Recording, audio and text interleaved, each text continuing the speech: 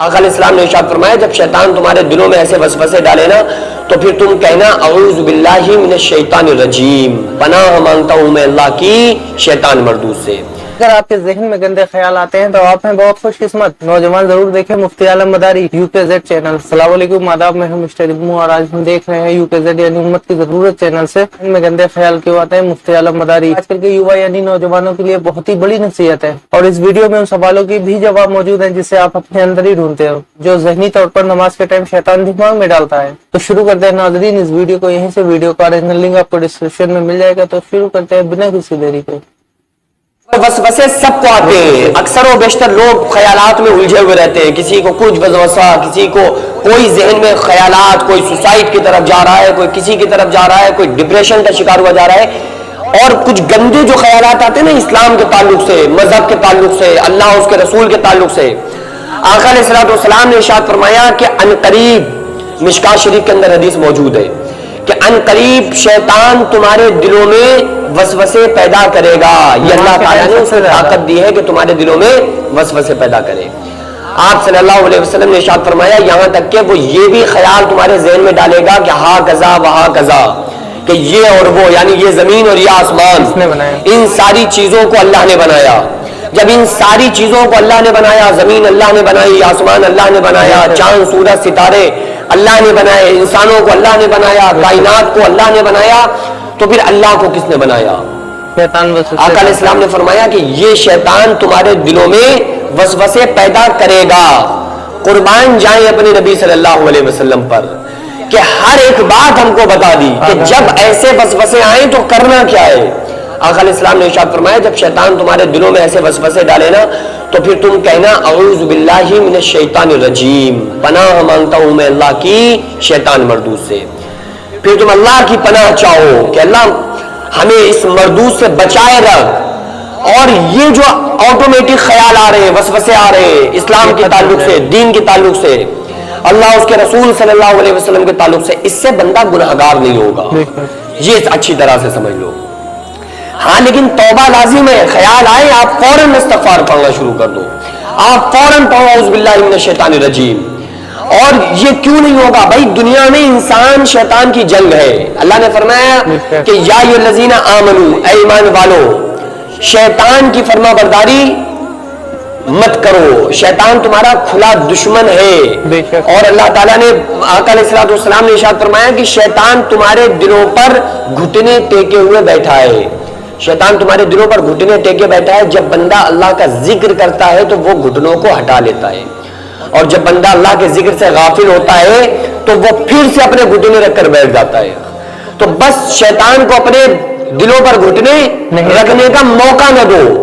وَلَا ذِكْرُ اللَّهِ اکبر، اللہ کی یاد سب سے بڑی چیز ہے۔ یا ایھا الذین آمنوا اذکروا اللہ ذکرا کثیرا، اللہ فرما رہا ہے ایمان والو اللہ کا خوب ذکر کیا کرو۔ آقا علیہ السلام نے فرمایا اٹھتے بیٹھتے چلتے پھرتے ہر وقت اللہ کا ذکر کرتے رہو۔ اللہ کا ذکر کرنے والے زندہ ہیں، اور جو اللہ کی یاد سے غافل ہیں، اللہ کا ذکر نہیں کرتے، وہ مردہ ہیں بلکہ مردار ہیں۔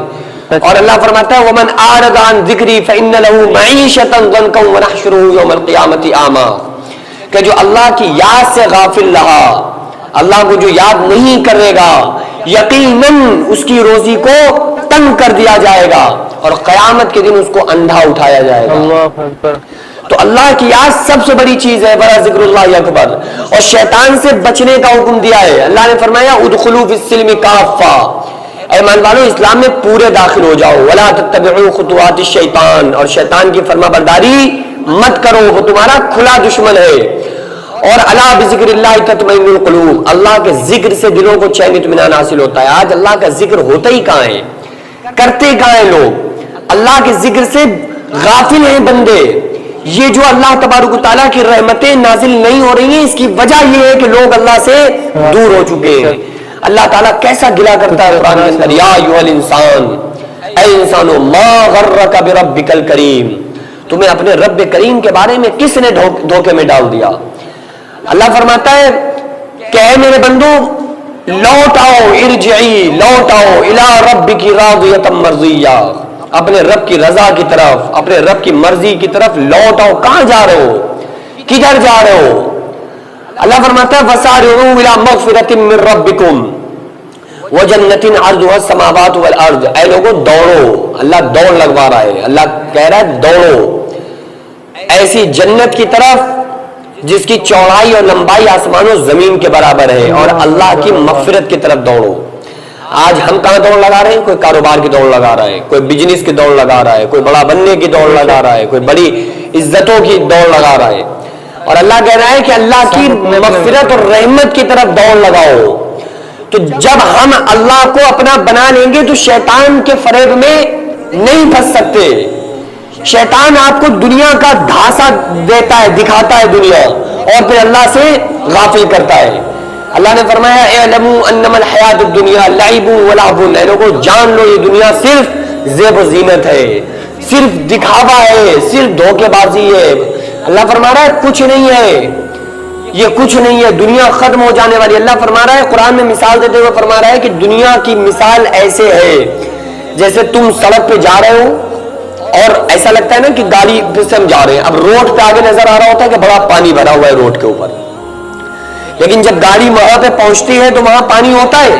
نہیں ہوتا ہے، صرف نظر تو آ رہا ہے دور سے کہ ہاں وہ پانی ہے، لیکن جب وہاں پہنچے تو پانی نہیں ہے۔ اسی طرح سے جب آپ وہاں پر پہنچ گئے جہاں آپ کو پہلے پانی دکھ رہا تھا روڈ پر، اب وہاں سے آپ کو دور پانی ہو گیا، وہ لگ رہا ہے کہ ابھی اور آگے پہنچ گیا، پھر آپ آگے پہنچے وہ پانی اور آگے چلا گیا، حالانکہ آپ پیچھے پیچھے پانی دکھتا تو ہے لیکن ہوتا نہیں ہے، اسی کے چکر میں دوڑتے رہتے ہیں پیچھے پیچھے، لیکن پانی آپ کو ہاتھ نہیں آتا ہے۔ اسی طرح سے آپ دوڑتے رہو گے دنیا کے پیچھے، دنیا آپ کے ہاتھ نہیں آئے گی، اور دنیا کو ٹھکرا دو تو دنیا آپ کے قدموں میں آئے گی، یہ ہمارے آقا صلی اللہ علیہ وسلم کا فرمان ہے۔ تو شیطان سے بچنے کے لیے صرف ایک چیز ہے کہ آپ ہر وقت اللہ کے ذکر سے، اللہ کے ذکر میں ملوث رہیں، ایک لمحے کے لیے بھی اللہ کے ذکر سے غافل مت ہوگے۔ آقا علیہ السلام نے فرمایا شیطان تمہارے دلوں پر گھٹنے ٹیک کر بیٹھ جائے گا، اللہ کا ذکر کرتے رہو۔ آقا علیہ السلام نے فرمایا قیامت کے دن جب صبا و نیزے پر سورج ہوگا نا، سر ایسے کھول لے ہوں گے جیسے چولہے پہ ہانڈی کھولتی ہے۔ آقا علیہ السلام نے فرمایا کہ 7 قسم کے لوگ ایسے ہوں گے جن کو اللہ کے عرش کے نیچے سایہ میسر ہوگا، باقی سارے لوگ دھوپ میں خطرناک، سورج سر پہ ہوگا، سر کھول لے ہوں گے، ایسے کھول لے ہوں گے جیسے چولہے پہ ہانڈی کھولتی ہے۔ لیکن 7 قسم کے لوگوں میں ایک وہ بندہ بھی شامل ہوگا جو ہر وقت اللہ کا ذکر کرتا ہوگا، وہ بھی اللہ کے عرش کے سائے کے نیچے ہوگا، وہ قیامت کے دن کی دھوپ اور تپش اس کا کچھ نہیں بگاڑ سکتی۔ اس لیے ذاکرین بننا چاہیے، اللہ کے ذکر کرنے والوں میں ہمارا اللہ تعالیٰ شمار۔